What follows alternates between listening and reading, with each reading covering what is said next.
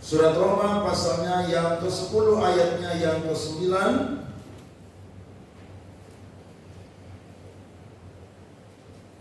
sampai ayatnya yang ke-15. Menjadi utusan-utusan Injil. Saya mulai. Sebab jika kamu mengaku dengan mulutmu bahwa Yesus adalah Tuhan dan percaya dalam hatimu bahwa Allah telah membangkitkan Dia dari antara orang mati, maka kamu akan diselamatkan. Ayat 10.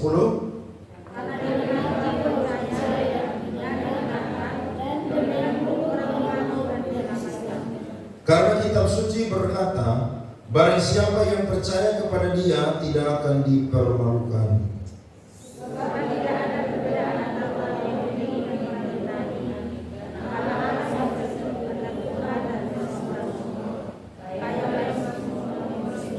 Amin. Sebab barang siapa yang berseru kepada nama Tuhan akan diselamatkan. 14.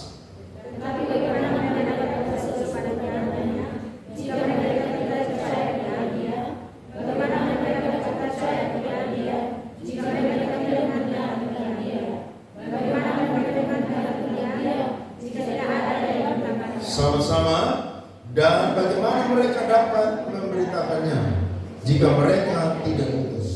Seperti ada tertulis, betapa indahnya kedatangan mereka yang membawa kabar baik. Beri tepuk tangan saudara-saudara. Amin. Amin. Nyalakan api Pentakosta. Saya percaya api itu masih terus membara dalam kehidupan setiap anak-anak Tuhan. Dan Tuhan mau api itu membara, menyala sampai ke bangsa-bangsa.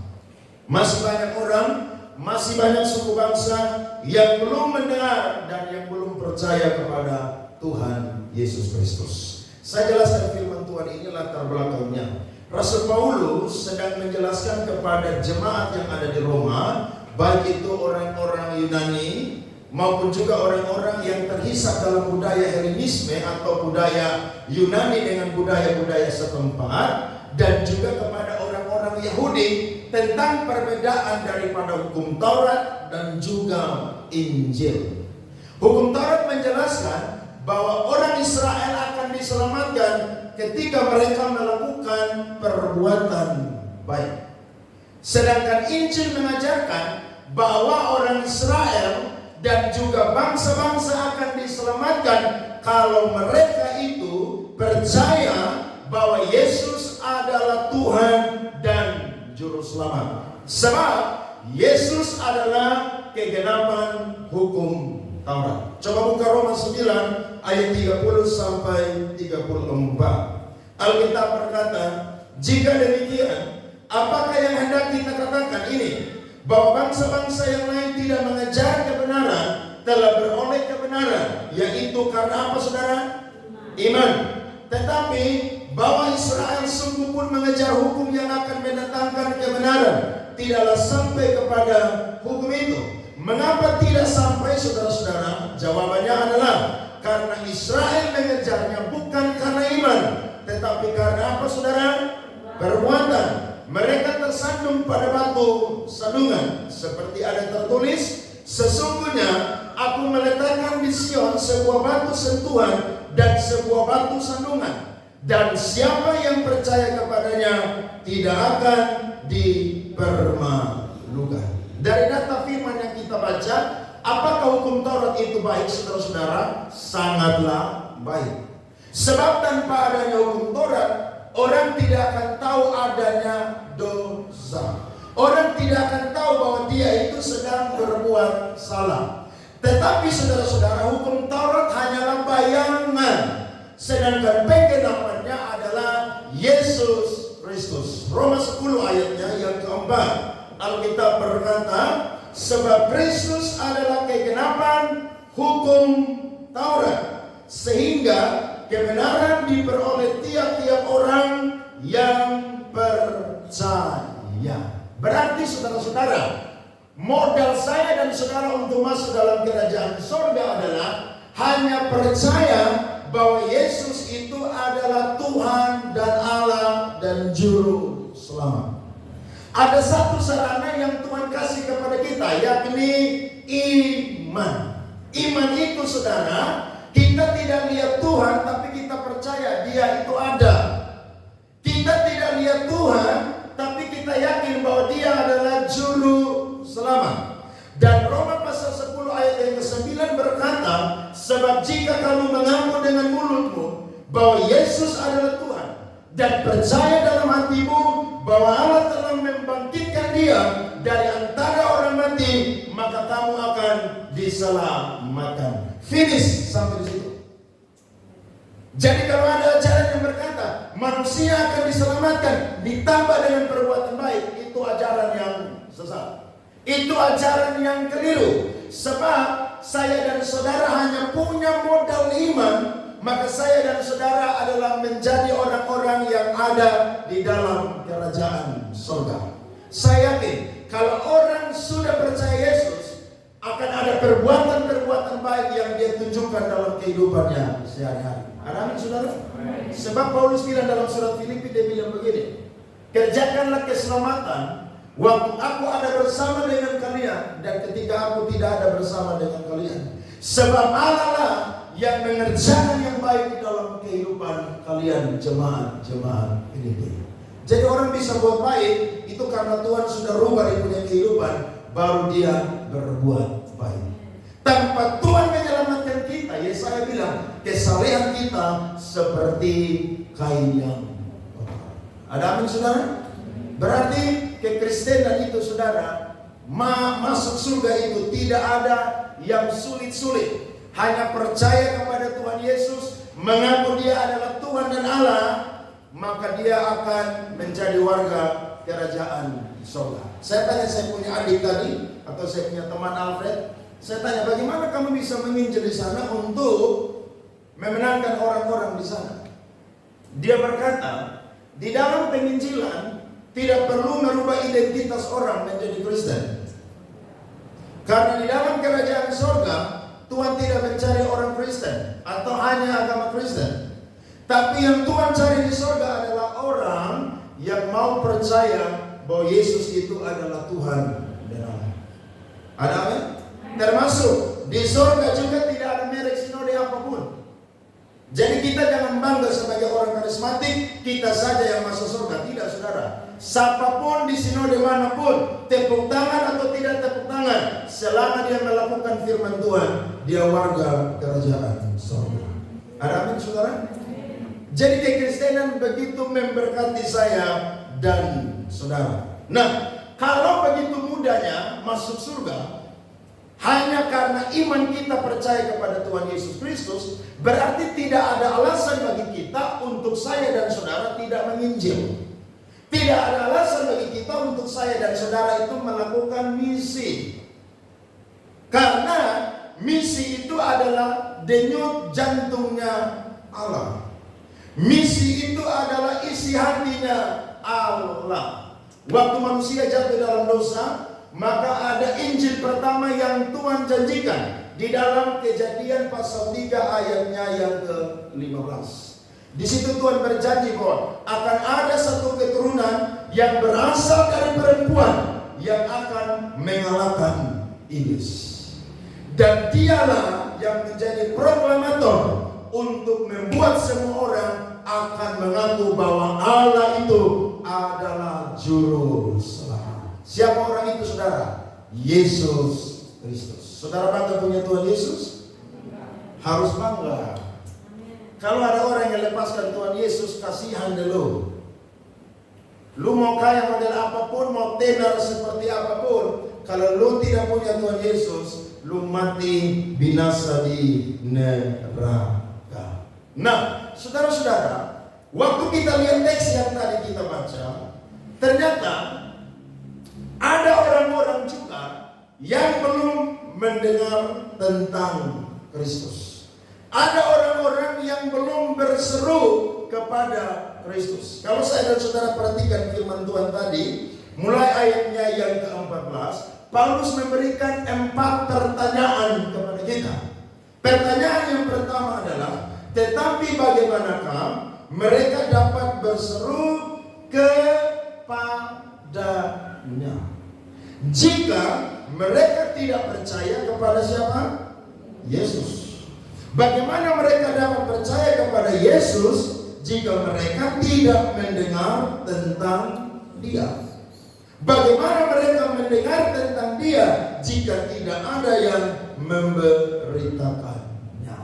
Dan ayat 15 berkata, bagaimana mereka bisa memberitakannya kalau tidak ada yang diutus?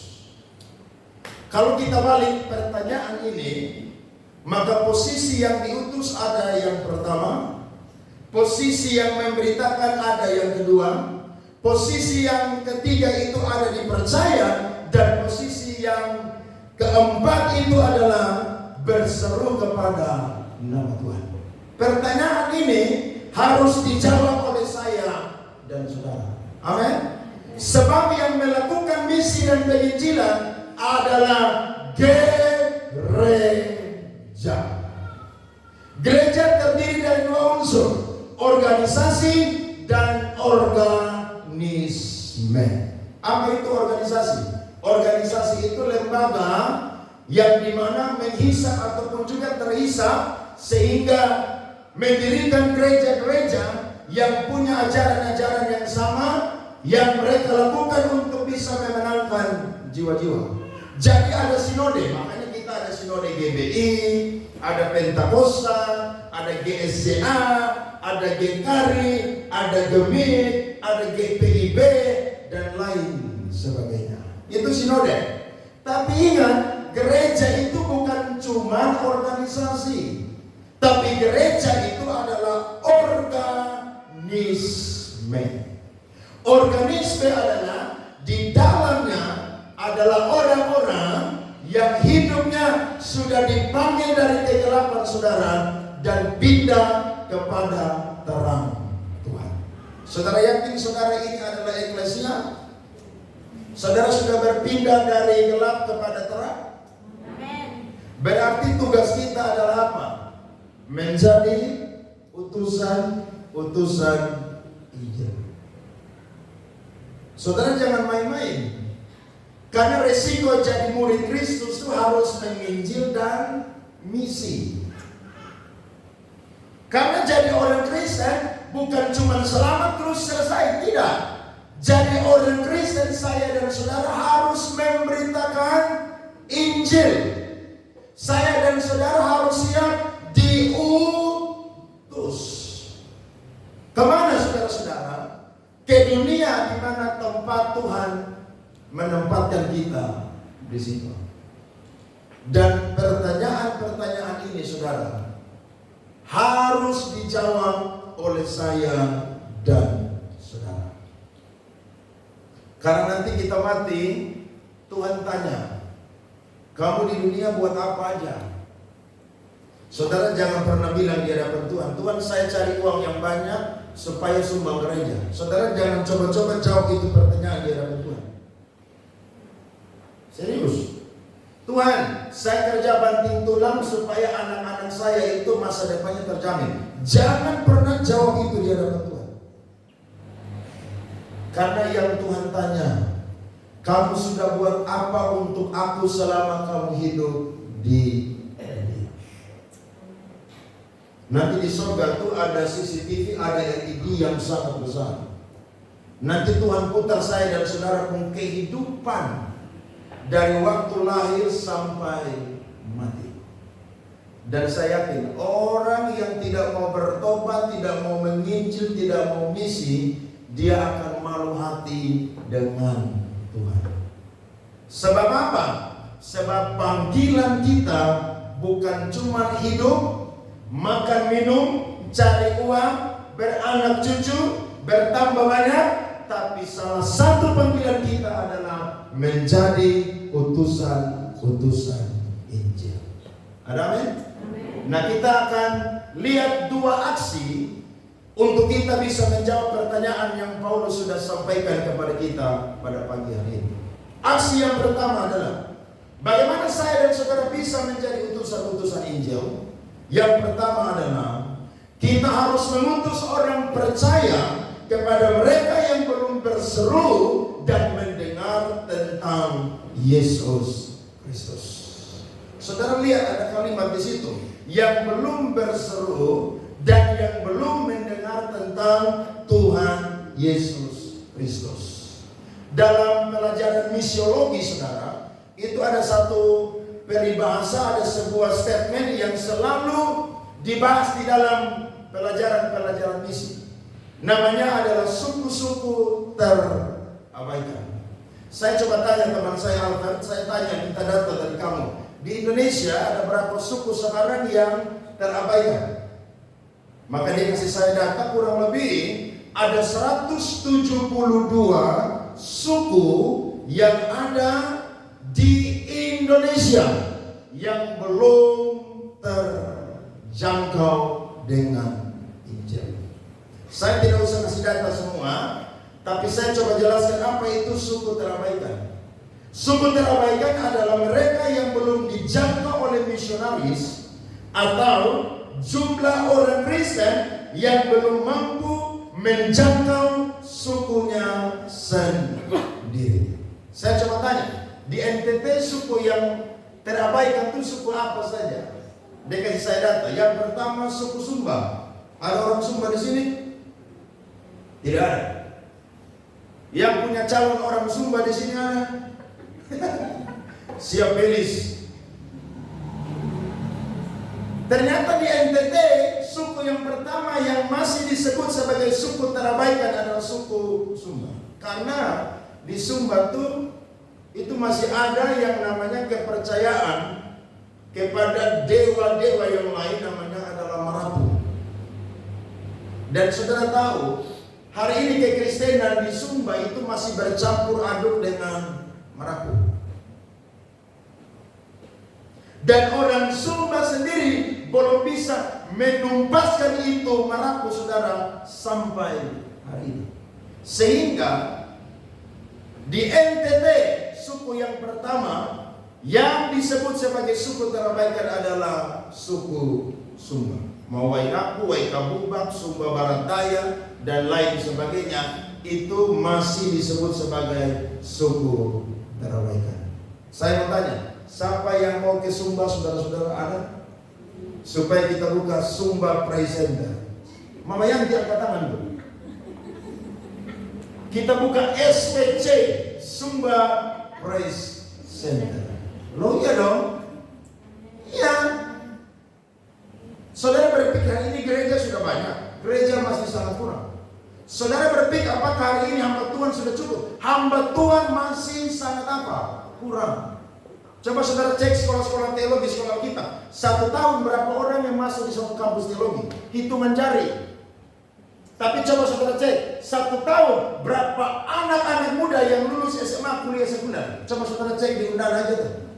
Yang masuk Undana tuh 1 tahun tuh bisa minimal lah 2.000, 3.000 orang lah. Itu paling sedikit itu. Tapi yang masuk sekolah teologi berapa? 30 orang, 20 orang. Itu juga kalau lulus semua 4 tahun ini sudah. Tapi nanti di tengah jalan ada lompat pagar malam-malam, kabur. Nanti yang sudah sisa 5 orang aja. Jadi hamba Tuhan sangat sedikit. Itu sebabnya, saudara-saudara, gereja perlu mengutus orang-orang yang terpanggil untuk menjadi apa? Misionaris, gembala-gembala, penginjil-penginjil, untuk ada di tempat-tempat yang masih terabaikan. Amin, saudara? Loh, ingat loh, saudara bisa berkeras hari ini, tapi kalau satu-satu Tuhan panggil saudara, saudara gak akan bisa lari. Percaya gak? Lu lari, Tuhan kirim ikan paus telan kamu. Hati-hati. Saya sendiri ini mengalami, mau lari tidak bisa, Tuhan hajar, Tuhan tangkap, menyerah saudara-saudara. Jadi kalau ada seorang bilang, itu buat mereka, buat saya tidak. Tuhan bilang, nanti lu waktu tiba. Baru-baru saya dengar dari teman saya, dia punya teman sekolah di luar negeri, Australia. Pulang kuliah, saudara mau kerja, lamar sini, lamar sana, tidak diterima. Ternyata cara Tuhan.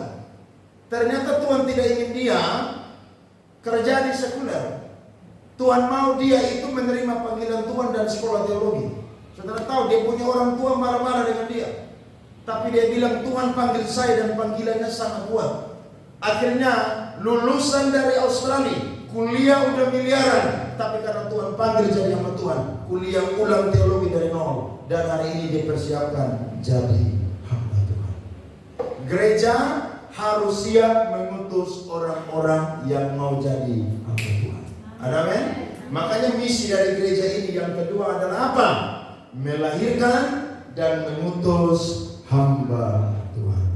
Ya kalau saudara yang sudah jadi bapak-bapak, oma-oma ya mungkin tidak bisa pergi. Tapi masih ada anak muda di KPC yang begini banyak. Masih ada anak sekolah minggu yang begini banyak.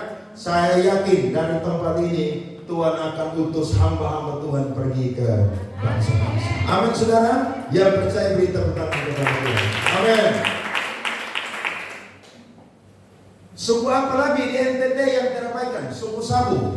Di sini ada orang Sabu? Banyak. Karena di Sabu ada yang namanya Jinitiu. Dan sampai hari ini orang Sabu belum bisa menumpaskan Jinitiu yang ada di Sabu. Jadi Sabu juga disebut sebagai suku terabaikan. Sekali lagi saya mau tanya, siapa yang mau diutus untuk jadi gembala di Sabu Presenter? Angkat tangan. Loh, harus diutus. Saudara tidak mau, nanti Tuhan yang paksa saudara mau. Ternyata masih banyak orang Sabu yang terabaikan. Saya lihat videonya tuh orang Jinitiu kalau kubur mayat, saudara, aneh sekali. Aneh. Dan sampai hari ini saya belum pernah punya dapat kesempatan pergi ke Sabu untuk pelayanan. Katanya setan banyak di sana. Saya mau tes coba di sana. Serius.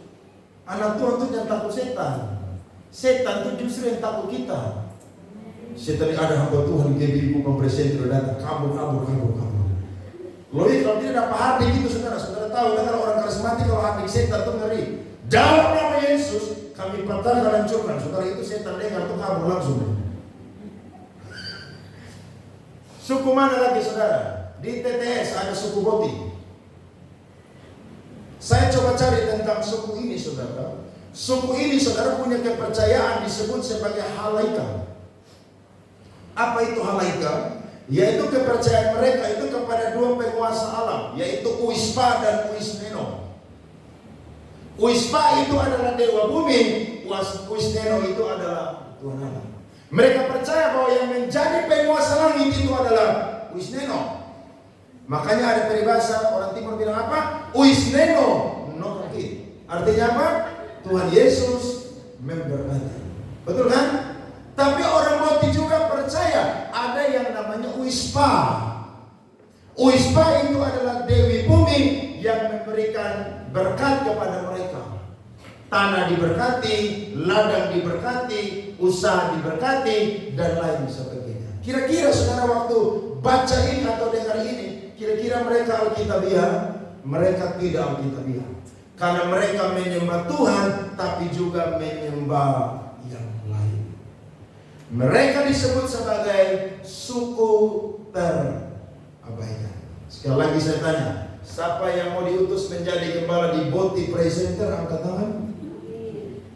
Belum. Saudara tidak jawab. Nanti saya doa buat saudara-saudara nanti khusus. Saya akan nasarkan siapa di sini yang akan diutus ke Sumba, ke Sabu, dan ke Boti. Yang orang-orang tua selamat karena saudara tidak akan diutus. Tapi yang masih remaja dan pemuda dan sekolah minggu, siap-siap dapat panggilan Tuhan. Jangan main-main, karena ketika hamba Tuhan berdoa, Tuhan dengar saudara-saudara. Amin. Suku apa lagi sih di Indonesia saudara? Banyak sekali. Ada di NTB, Mataram. Ibu Vina mau ke sana tuh, nanti kita buka Mataram Presenter di sana tuh. Loh iya dong. Di mana ada saudara, di situ harus ada ibadah dan harus ada Injil di situ. Di mana lagi saudara? Suku Padang. Teman saya tuh aneh loh, kuliah dulu. Praktek di Padang bukannya Injil orang tapi diinjili. Tidak pulang ke Bandung, mualaf pindah agama. Saya bilang, setan kamu ya. Kuliah dapat pelajaran bukannya injili orang di sana, kamu yang diinjili. Siapa yang injili? Ternyata ada perempuan Padang yang sangat cantik injili dia. Akhirnya dia langsung lupa Tuhan Yesus punya wajah. Dia langsung terpesona dengan wajah perempuan Padang dan akhirnya mualaf. Suku apa lagi sih? Aceh. Dan masih banyak suku. Ada suku Sunda, Gorontalo, suku Baco yang ada di Sulawesi dan lain sebagainya. Saya yakin saya dan saudara perlu berdoa supaya ada utusan-utusan Injil yang diutus ke sana. Ada amin? Saya mau bilang kepada kita, gereja harus terlibat di dalam Charles Lenteng. Saya waktu lihat Alfamart, Indomaret itu, saya terinspirasi dengan mereka punya pola bisnis, saudara. Kenapa? Karena Alfamart dan Indomaret tidak perlu punya toko yang besar-besar, tapi di mana-mana mereka itu selalu ada. Saya langsung punya pemikiran begini, gereja itu tidak perlu besar-besar, tapi di mana-mana harus ada gereja. Amin. Karena kalau gereja besar juga suasana kekeluargaan kadang-kadang tidak didapat. Tapi kalau gereja yang kecil yang sedang, itu suasana kekeluargaannya akan lebih dapat. Jadi saya berpikir begini, kalau ada yang mau jadi gembala di Kabupaten Kupang, nanti kita akan buka di Kabupaten Kupang, GBI Kupang Presenter di sana. Kalau ada yang mau terpanggil untuk jadi gembala di TTS, di Kema, di Atambua, di Molaka, kita akan buka gereja di sana. Visi dari Gereja Betel Indonesia adalah membuka 10.000 gereja. Hari ini sudah ada 7.200-an gereja. Berarti kurang lebih masih ada 2.800 gereja lagi yang harus ditanam. Masih banyak atau sedikit itu, saudara? Banyak. Berarti Kupang Presenter harus ambil bagian di dalam menyelesaikan misi ini. Dan puji Tuhan, sudah ada gereja Betel Indonesia di Jepang. Saudara tahu Jepang juga tuh agamanya susah sekali. Tapi puji Tuhan, sudah ada orang yang diutus di sana dan menjadi gembala di Jepang. Puji Tuhan, GBI sekarang ada di Afrika Selatan. Makanya saya tanya saudara mau diutus atau tidak? Tuhan utus aku kemana? Amerika Serikat. Itu juga semua orang mau pergi ke sana, karena di sana banyak dolar ada di sana. Tapi saudara-saudara, menurut data misi, kurang lebih ada beberapa negara saudara yang masih sangat tertutup dengan Injil yang sangat keras. Saya coba kasih data kepada kita semua. Yang pertama ada negara Yaman. Yang kedua itu ada negara Pakistan. Yang ketiga itu ada Iran. Yang keempat itu Afghanistan. Yang kelima itu ada India. Yang keenam itu ada Suriah. Yang ketujuh itu Arab Saudi. Dan yang kedelapan itu ada negara Cina. Kurang lebih ada 8 negara ini saudara yang sangat-sangat tertutup dengan Injil. Makanya kalau kita berdoa, jangan cuma berdoa, Tuhan kasih saya makan minum hari ini. Jangan cuma di situ loh doa. Tidak boleh. Saudara sebut negara-negara yang masih tertutup dengan Injil hari ini. Ada amin? Sebut saudara keluarga purnama yang belum bertobat, sebut mereka dalam doa-doamu. Sebut saudara orang-orang di lingkungan kita yang belum bertobat, sebut mereka punya nama. Bahkan juga saudara sebut suku-suku yang ada di NTT Indonesia supaya Tuhan dengar kita punya doa. Bahkan juga sebut apa? Negara-negara yang tertutup dengan Injil ini saudara, supaya terbuka dengan Injil. Gereja yang misioner adalah gereja yang berdoa untuk misi dunia. Itu gereja yang misioner. Ada amin saudara? Jadi kita diperlu banyak berdoa saudara. Kenapa? Karena firman Tuhan bilang Matius 24 ayat 14, dan Injil kerajaan ini akan diberitakan di seluruh dunia. Baru siapa datang saudara? Jadi Tuhan Yesus belum datang kalau Injil ini belum diberitakan di seluruh dunia. Bagaimana mempercepat kedatangan Tuhan Yesus? Harus memberitakan apa? Injil. Saya suka pantau-pantau saudara punya story di WA tuh. Bukan saya kepo, tapi saya melihat anak-anak KPC ini suka posting firman Tuhan atau tidak. Ternyata saudara, banyak yang posting firman Tuhan. Itu tingkatkan saudara. Saya suka lihat saudara punya Facebook. Bukan apa-apa, tapi saya mau lihat di saudara punya beranda tuh lebih banyak firman Tuhan, video khotbah, atau saudara itu lebih banyak healing di situ, makan paling banyak dan posting di situ. Itu tidak apa-apa, kenang-kenangan kan, betul kan? Supaya saudara punya memori di handphone jangan penuh ya ada di Facebook aja.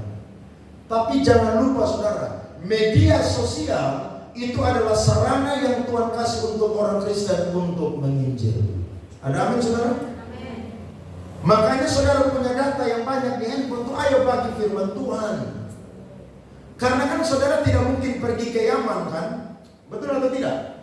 Tidak mungkin saudara bisa pergi kemana? Ke Cina kan? Tapi saya yakin dengan firman Tuhan yang kita posting, mungkin orang-orang di negara sana mereka bisa baca firman Tuhan. Kenapa? Karena di dalam beranda kita di media sosial ada yang namanya terjemahan. Itu bisa ditranslate ke bahasa mana pun juga, tergantung orang ada di negara mana. Nah, saya dan saudara harus mau untuk apa? Memberitakan Injil. Termasuk di daerah kita juga apa? Memberitakan Injil. Karena orang Kristen di daerah kita ini sama seperti orang Israel. Mereka dengar firman tapi tidak mau apa? Bertobat. Makanya saudara perhatikan coba. Roma 11 kita lihat firman Tuhan. Roma 11, perhatikan firman Tuhan itu. Maka aku bertanya, adakah Allah mungkin telah menolak umatnya? Sekali-kali tidak. Karena apa saudara? Karena aku sendiri pun orang Israel dari keturunan Abraham dari suku Benyamin. Perhatikan pasal 10 ayat 16. Ini yang menjadi PR besar bagi kita. Tetapi tidak semua orang telah menerima kabar baik itu. Yesaya sendiri berkata, Tuhan, siapakah yang percaya kepada pemberitaan kami? Makanya saya dan saudara beritakan Injil. Orang mau terima tidak terima tidak masalah. Amin. Yang penting beritakan Injil dulu. Kita siap diutus saudara untuk menjadi pemberita Injil. Waktu kita baca Alkitab, Petrus dan teman-teman tidak langsung jadi rasul. Mereka jadi apa? Murid dulu. Waktu Yesus mati dulu, mereka dipenuhi oleh Roh Kudus, barulah mereka itu disebut sebagai apa? Rasul. Rasul adalah orang yang dipakai oleh Tuhan untuk memberitakan Injil, melintasi budaya-budaya atau bangsa-bangsa di luar daripada tempat di mana dia ada. Nah, saudara tahu, sebelum kita ini diutus, maka saya dan saudara harus jadi murid duluan. Kalau saudara mau jadi dosen di kampus, saudara perlu kuliah dulu atau tidak kuliah? Hah? Kuliah. Bahkan bukan cuma S1, tapi S berapa minimal? S2. Karena magister itu dalam bahasa Latin artinya pengajar. Jadi saya yang S1, STH nih, saya mau lamar mengajar di sekolah teologi, itu tidak diterima. Karena yang diterima untuk jadi pengajar adalah apa? MTH atau magister. Nah, kita mau diutus Tuhan harus terlebih dahulu menjadi murid. Tidak heran waktu saudara baca Injil, Yesus pernah utus 12 murid dan utus 70 murid. Pergi kemana mereka pergi? Pergi tidak jauh-jauh tapi ke daerah-daerah sekitar Israel saja. Itu disebut sebagai apa? Latihan penginjilan. Tidak heran setiap sekolah teologi atau kampus teologi atau sekolah Alkitab pasti ada pelajaran tentang misi. Dan salah satu tugas yang harus diselesaikan adalah pergi menginjil. Waktu saya kuliah di Bandung, saudara dapat tugas ini, namanya PIP, penginjilan pribadi. Kita semua ketakutan, saudara. Kenapa? Karena kekristenan di Jawa Barat itu sangat-sangat minoritas. Jadi kita berpencar di satu tempat di Bandung tuh, kampus kita tuh dekat situ, namanya adalah Tegalega. Tegalega itu tempat yang disebut sebagai Bandung Lautan Api. Tapi sekarang sudah berubah. Biasa orang guyon bilang Bandung Lautan Asmara. Karena di situ bukan tempat api lagi di sana, tapi banyak asmara di sana, orang pacaran. Kami penginjilan di sana. Wih, saya orang yang paling takut tuh.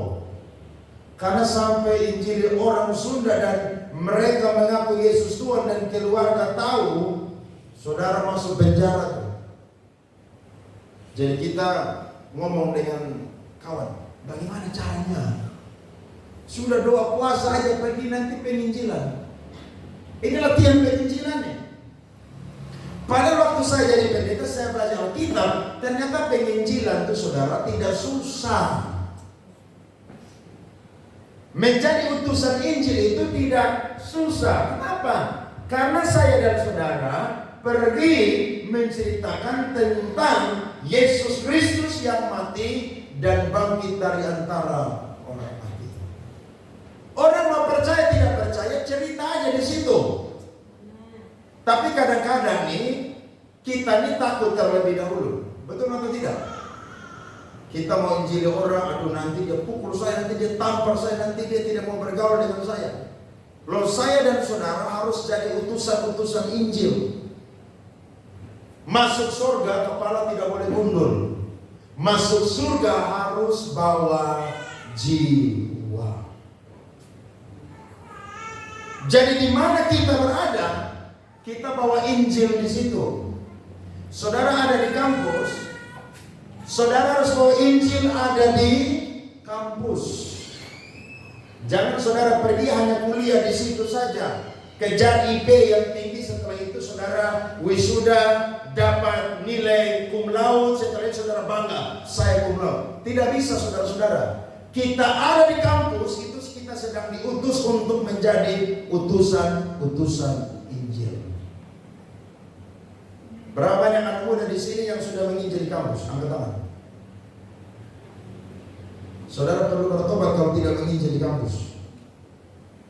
Karena ingat, itu ladang di mana Tuhan tempatkan saudara untuk menginjil di situ. Saudara jangan puas, saya sudah selamat, saya sudah jadi Kristen, jadi selesai. Tidak, saudara. Tugas kita adalah apa? Menjadi utusan Injil. Waktu di mana kita kumpul dengan keluarga, kita lihat ada yang mirip-mirip, nasihatlah dia dengan apa? Firman Tuhan. Ketemu yang suka rokok, bilang begini, Bapak, berhenti sudah. Bapak sedang mengotori bait Allah yang ada. Bapak kalau hidup model begini, minta maaf, mati tidak masuk surga. Dia bilang, ayat di mana yang bilang melarang merokok?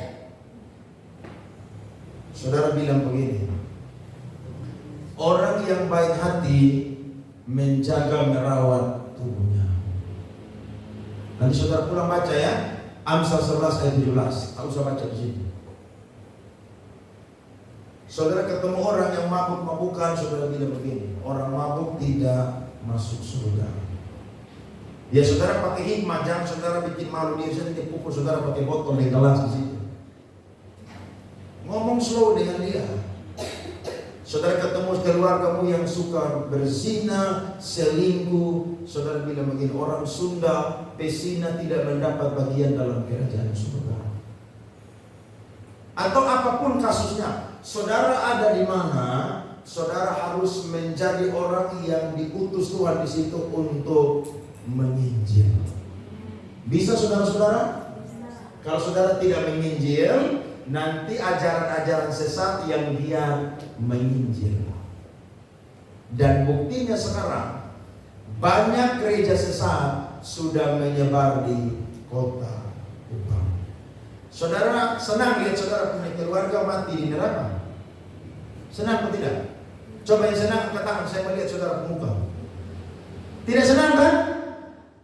Teman saya baru-baru mengeluh, Pak Andre, saya punya tante kandung majelis di gereja sudah pindah ke aliran Saksi Yehova.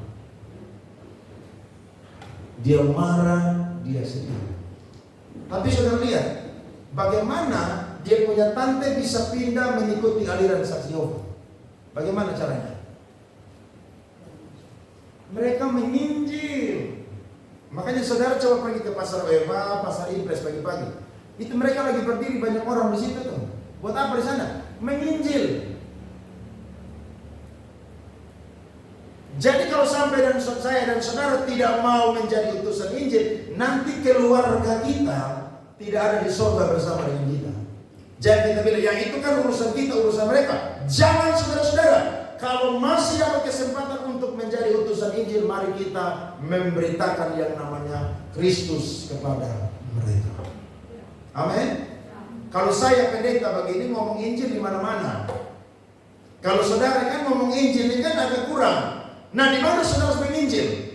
Ya di tempat di mana saudara ada. Saudara kerja di kantor, injil di sana. Makanya anak Tuhan harus jadi apa? Garam dan terang dunia. Karena waktu saudara menginjil, orang lihat yang pertama apa? Hidup kita. Kalau hidup kita itu tidak jadi garam dan terang, orang bilang, kamu ngomong injil sama aja, hidup kamu tidak berubah. Harus berubah kehidupan kita, barulah orang percaya akan pemberitaan kita. Jadi gereja perlu mengutus hamba-hamba Tuhan. Sampai hari ini Sinode GPI yang 7.200 gereja lebih belum juga mengutus misionaris ke bangsa-bangsa. Makanya ini PR besar, saudara. Kenapa? Karena gereja boleh banyak, tapi kalau masih ada suku-suku terabaikan yang belum diinjili, maka Tuhan belum akan datang. Kita perlu berdoa supaya Tuhan mengutus hamba-hamba Tuhan ke suku-suku terabaikan. Ada amin? Diutus kemana? Ke Sumba. Diutus kemana? Sabu. Diutus kemana? Boti. Diutus kemana lagi? Rote. Saudara tengok Rote semua bertobat. Itu mirip berat semua di sana. Diutus kemana? Alor. Di Alor tuh orang terbang siang-siang. Diutus kemana lagi? Flores. Saya sering dengan teman saya, adik saya Alfred, dia bilang, Andre, senior kami itu ada hamba Tuhan satu dari Amerika. Sekarang dia sudah umur 83 tahun dan dia tinggal di Flores di Pulau Komodo. Yang sekarang Labuan Bajo, saudara. Tahukah saudara, ternyata di itu tempat orang aslinya itu bukan beragama Kristen Katolik, tidak. Tapi semuanya itu adalah orang-orang Muslim. Dia pernah ke sana, saudara, dan dia deportasi, suruh pulang. Tapi dia tidak puas, saudara. Dia pergi ulang di situ lagi. Yang kedua kali, saudara, dia dideportasi lagi untuk apa? Pulang. Tapi dia tidak menyerah. Dia berdoa supaya dia harus menangkan orang-orang yang ada di Pulau Komodo. Dia pergi yang ketiga kali, saudara. Ternyata Tuhan pertemukan dia dengan satu orang yang mau percaya kepada Tuhan Yesus Kristus. Dan dia tinggal dari usia kurang lebih saudara 30-an tahun sampai sekarang sudah 83 tahun. Dan satu desa itu, saudara, semuanya sudah jadi orang Kristen. Beri tepuk tangan kepada kita. Satu jiwa itu mahal harganya. Amin. Makanya orang misi punya moto, selamatkan jiwa berapapun harganya. Jadi saudara jangan mau suka jadi hamba Tuhan di kota-kota saja. Kalau anak sekolah teologi begitu, ini Tuhan utus aku. Kemana? DKI, daerah khusus ibu kota. Lo ke desa-desa yang belum ada gereja di sana, orang belum bertobat, budaya masih tetap, diutus ke sana. Supaya orang-orang di desa pun juga masuk surga. Amin. Jangan orang kota aja. Di desa-desa saudara masih banyak yang belum percaya kepada Tuhan Yesus. Kita perlu berdoa supaya NTT dimenangkan untuk kemuliaan nama Tuhan. Amin. Tadi lalu kita nyanyikan tuh, Yesuslah Tuhan. Bagi apa saudara? Bagi semua bangsa. Karena Tuhan mengasihi semua bangsa. Yang kedua aksinya adalah saudara, Saya dan saudara harus mau menjadi pemberita Injil yang memberitakan tentang Yesus Kristus adalah Tuhan dan Juru Selamat. Saudara perhatikan tadi firman Tuhan ayatnya yang ke-14 berkata, bagaimana mereka mendengar tentang Dia jika tidak ada yang apa? Jika tidak ada yang apa, saudara? Jika tidak ada yang apa? Memberitakan pakai apa? Pakai mulut. Semua punya mulut? Masih bisa ngomong? Masih bisa bicara? Berarti mulut kita ini pakai untuk apa?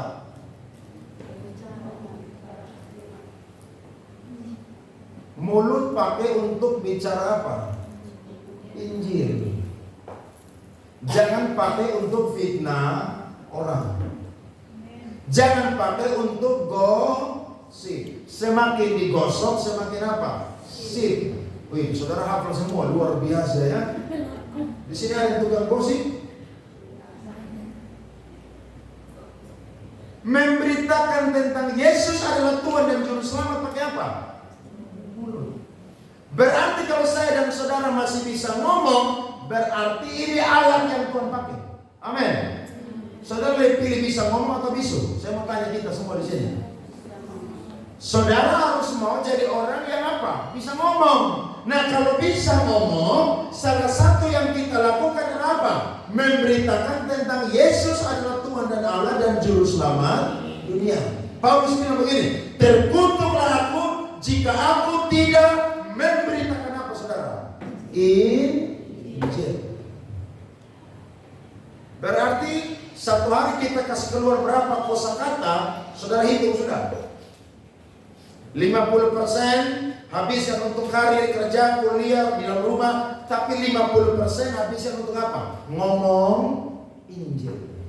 Nah, saya kasih tips kepada kita ada 4 hal. Bagaimana kita bisa berani memberitakan Injil? Yang pertama, orang akan berani memberitakan Injil kalau dia sudah lahir baru dan dipenuhi Roh Kudus. Kalau dia belum lahir baru, dia belum dibaptis air, dia tidak akan berani memberitakan Injil. Kalau dia belum dipenuhi Roh Kudus, dia tidak akan berani memberitakan Injil. Karena salah satu tanda orang yang dipenuhi Roh Kudus adalah berani memberitakan Injil. Saudara sudah berani memberitakan Injil? Coba yang belum angkat tangan. Habis ini saudara mari doa ke saudara ini pagi biar dapat kepenuhan Roh Kudus. Kalau mau berani memberitakan Injil harus lahir baru dan dipenuhi Roh Kudus.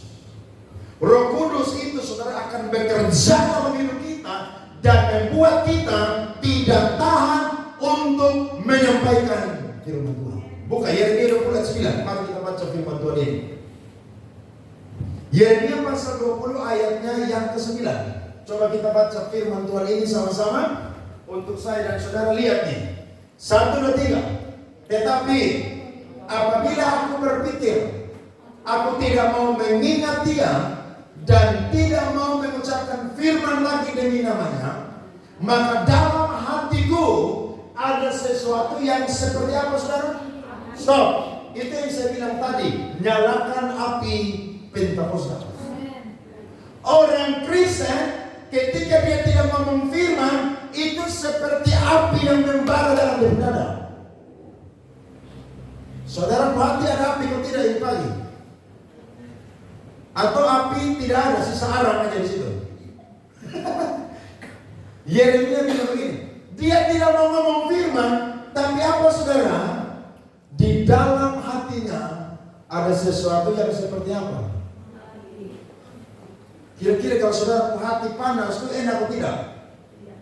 Bagaimana buat supaya hati dingin? Ya keluarkan apa yang ada di dalam hati.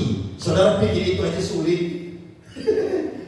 Betul kan? Saudara marah dengan orang, saudara simpan dalam hati panas atau tidak? Bagaimana caranya supaya hati dingin? Coba lihat. Itu hati langsung dingin tuh. Api sudah keluar. Lo iya kan? Saudara iri dengan orang, dengki dengan orang, kepahitan dengan orang. bagaimana hati itu bisa bersih, bisa sehat? Bagaimana caranya? Ya keluarkan itu semua. Yeremia tidak bisa, kenapa? Karena dia mau tahan, tapi di dalam dia hati itu seperti ada apa?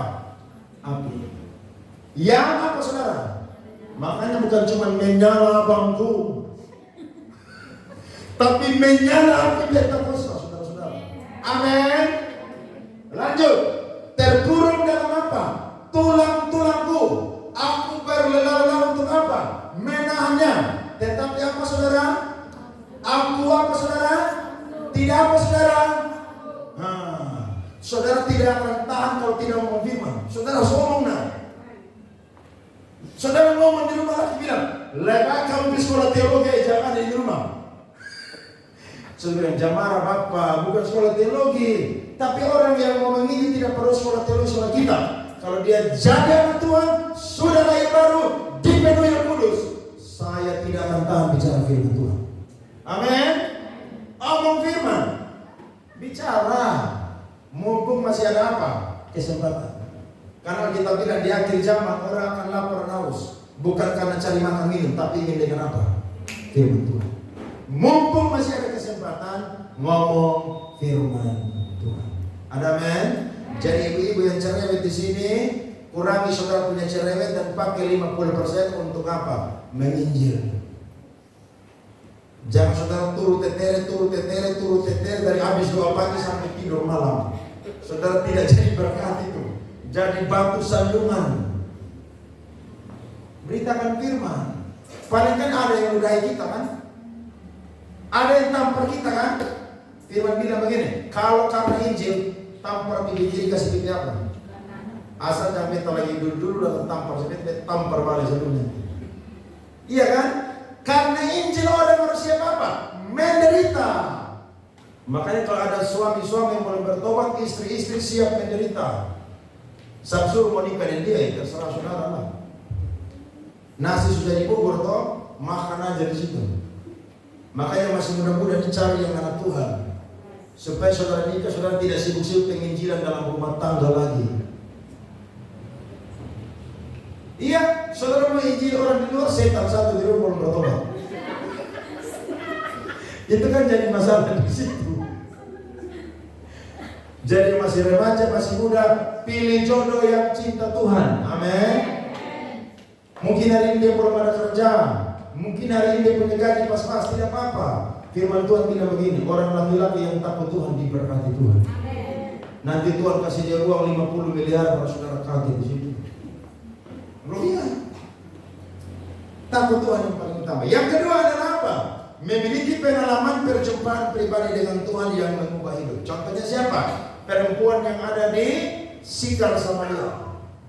Waktu dia ketemu dengan Tuhan, dia cerita saudara. Kita lihat firman Tuhan sebentar. Yohanes pasal 4 ayatnya yang ke-45. Dan banyak orang Samaria dari kota itu telah menjadi percaya kepadanya karena perkataan perempuan itu yang bersaksi. Ia mengatakan kepadaku segala sesuatu yang telah ku perbuat. Ayat 41. Dan lebih banyak lagi orang yang menjadi percaya karena perkataannya. 42. Dan mereka berkata kepada perempuan itu, perhatikan, kami percaya tetapi bukan lagi karena apa yang kau katakan, sebab kami sendiri telah mendengar dia dan kami tahu bahwa dialah benar-benar apa saudara?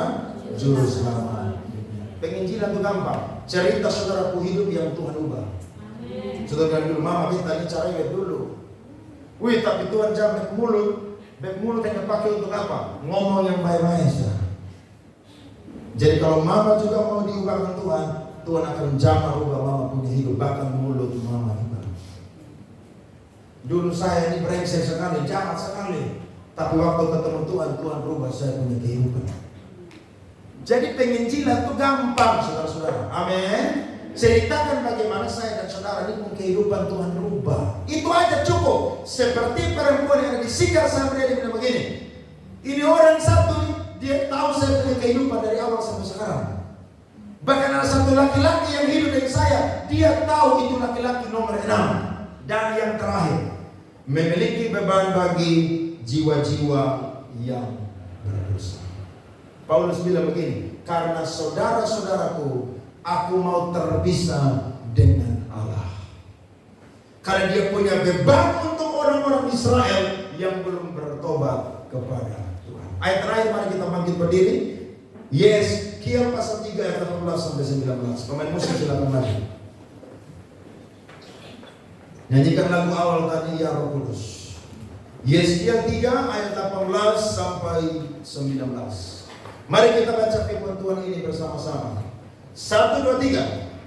Kalau aku berfirman kepada orang jahat, engkau pasti dihukum mati, dan engkau tidak memperingatkan dia atau tidak berkata apa-apa untuk memperingatkan orang jahat itu dari hidupnya yang jahat, supaya ia tetap hidup, orang jahat itu akan mati dalam kesalahannya, tetapi aku akan menuntut pertanggungan jawab atas nyawanya daripadamu. Jadi kalau kita lihat ada orang berdosa, kita tidak tegur dia, dia mati dalam dosa, kita yang tanggung dengan dosa. Tapi ayat 19 berkata, tetapi jikalau engkau memperingatkan orang jahat itu, dan ia tidak berbalik dari kejahatannya, dan dari hidupnya yang jahat, ia akan mati dalam kesalahannya, tetapi engkau telah menyelamatkan nyawamu. Jadi waktu kita injili orang tidak mau dengar, tidak mau bertobat, dia mati, kita tidak tanggung dia punya dosa lagi. Sebab apa? Kita sudah bicara firman Tuhan. Amin saudara? Maukah kita menjadi utusan-utusan Injil mulai pagi hari ini? Saya dorong kita semua harus katakan seperti Yesaya, ini aku utus saudara.